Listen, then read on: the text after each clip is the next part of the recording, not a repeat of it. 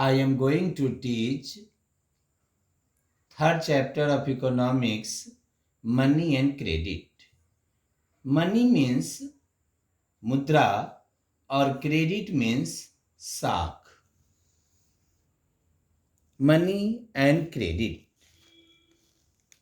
Credit is an agreement between the lender and borrower in which the borrower promises to pay the lender in the future.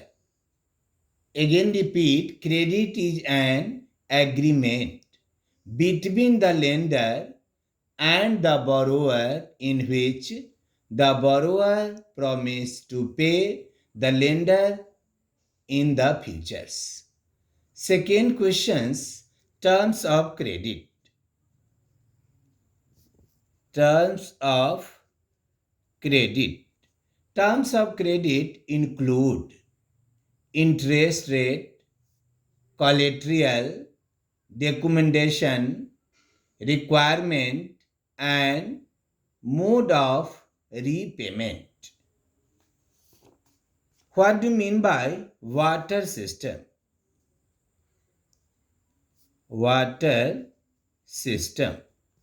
Water system is a condition in which goods are exchanged without the use of money. It is also known as the water system. Dear students, मैं previous video में आपको बताए थे जो barter system exchange of goods without use the money, यानी कि goods के बदले सामग्री के बदले सामग्री को एक्सचेंज किया जाता था जिसमें पैसा का कोई महत्व नहीं था। इसको वस्तु विनिमय प्रणाली भी हम कहते हैं।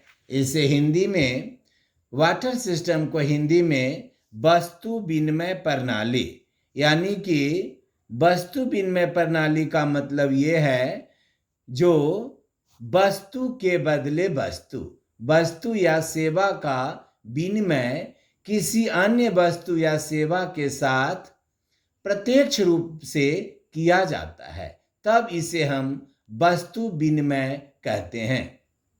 वस्तु विनिमय का मतलब है वस्तु या सेवा का विनिमय किसी अन्य वस्तु या सेवा के साथ प्रत्यक्ष रूप से किया जाता है, तब इसे हम वस्तु विनिमय कहते हैं। विनिमय के लिए द्रव्य या किसी माध्यम का प्रयोग नहीं किया जाता है।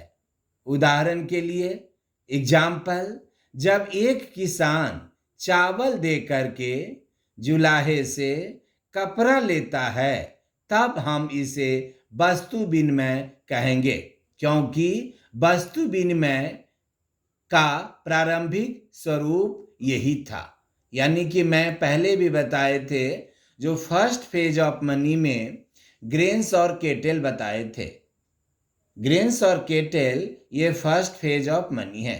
सेकेंड फेज ऑफ मनी में coins, copper coins, gold coins और सिल्वर क्वाइंस हम बताए थे। और मॉडर्न फेज ऑफ मनी में पेपर नोट्स एंड क्वाइंस। फिर सेकेंड इसमें एक और है डबल कोइंसिडेंस ऑफ वांट, यानी कि डबल कोइंसिडेंस ऑफ वांट, इसमें दोहरे संयोग की नीति। Double coincidence of want means दोहरे संयोग की नीति। And essential features of barter system is double coincidence of wants in which both the parties, seller and buyer, have to agree to buy and sell each other commodity. It is also known as double coincidence of want. Double coincidence of wants का मतलब है दोहरे संयोग की नीति। इस दोहरे संयोग का यहाँ पर ये मतलब निकल रहा है, इस प्रणाली में आवश्यकताओं के दोहरे संयोग का अभाव दिख रहा था, लेकिन इसमें हम अगर किसी व्यक्ति को एक सामान दे रहे हैं और वो व्यक्ति हमको उसके बदले दूसरा सामान दे रहा है, इसको हम वस्तु विनिमय प्रणाली कह सकते हैं। लेकिन जिस वस्तु की आवश्यकता हमें है, दूसरे व्यक्ति अगर वह वस्तु हमें नहीं दे रहा है, उसको हमारे जैसे वस्तु की आवश्यकता नहीं है, तो इसमें डबल कॉन्सिडेंस ऑफ वांट में अन्य कठिनाइयां अविभाज्य वस्तुओं को विनिमय में उत्पन्न होती है। क्योंकि जैसे घोड़े को काटकर कमीज के बदले में नहीं दिया जा सकता है। अगर मान लीजिए हमको एक कमीज की आवश्यकता है और अदर जो पार्टी है उसके पास घोड़े हैं, लेकिन अगर हम उसे एक कमीज तो दे सकते हैं, लेकिन वह कमीज के बदले हमें घोड़ा नहीं दे सकता है, क्योंकि घोड़े का मूल्य अधिक है और उस घोड़े को वह काट करके भी नहीं दे सकता है। तो double coincidence of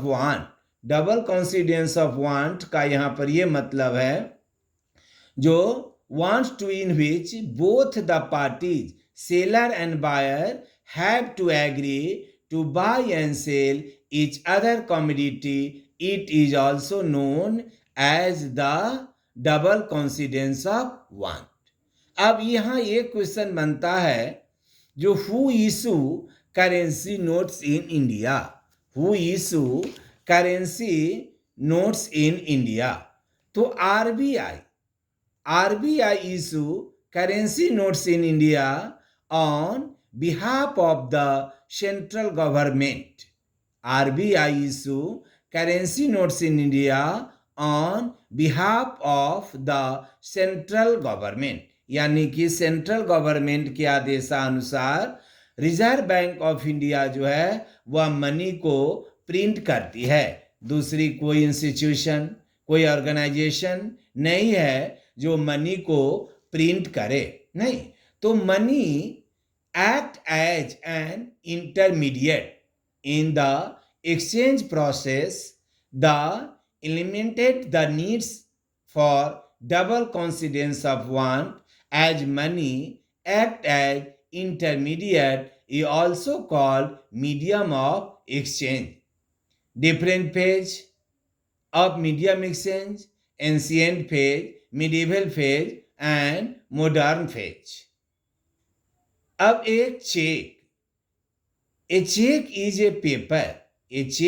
a paper that instructs the bank to pay a specific amount from the person accounts to the person in whose name the check has been issued. Second definition, money. Money means mudra. According to Marshall, money includes all those things which are generally currents without doubt or a special inquiry, as a means of purchasing commodities or service and of defraying expenses. यानी कि martial का ये कहना है, मुद्रा में वे सभी वस्तुएं सम्मिलित की जाती है जो बिना संदेह अथवा विशेष जांच के वस्तुओं और सेवाओं को खरीदने तथा खर्चों को चुकाने में साधारणतया प्रचलित रहती है। जैसे कि हम मनी हम एक से दूसरे को हम देते हैं, तो उसे ये नहीं है जो यह मनी नहीं है या ये गलत है। प्रोफेसर नैप के अनुसार, any things which is declared money by the state becomes money. Professor nap के अनुसार कोई भी वस्तु जो राज्य द्वारा मुद्रा घोषित कर दी जाती है उसे मुद्रा कहलाती है। कोई भी वस्तु जो राज्य द्वारा मुद्रा घोषित कर दी जाती है वह मुद्रा कहलाती है। जैसे कि हमने अभी आपको बताया, यहाँ ये क्वेश्चन बन सकता है, why money is accepted as medium of exchange. Why money is accepted of medium of exchange? Because the currency is authorized by the government of the country. यहाँ जो why money is accepted as a medium of exchange, ये बहुत important question है. Answer होगा because the currency is authorised by the government of the country. अब यहाँ medium of exchange, यहाँ एक टॉपिक आ रहा है, medium of exchange. Money acts as an intermediate in the exchange process. It is called a medium of exchange.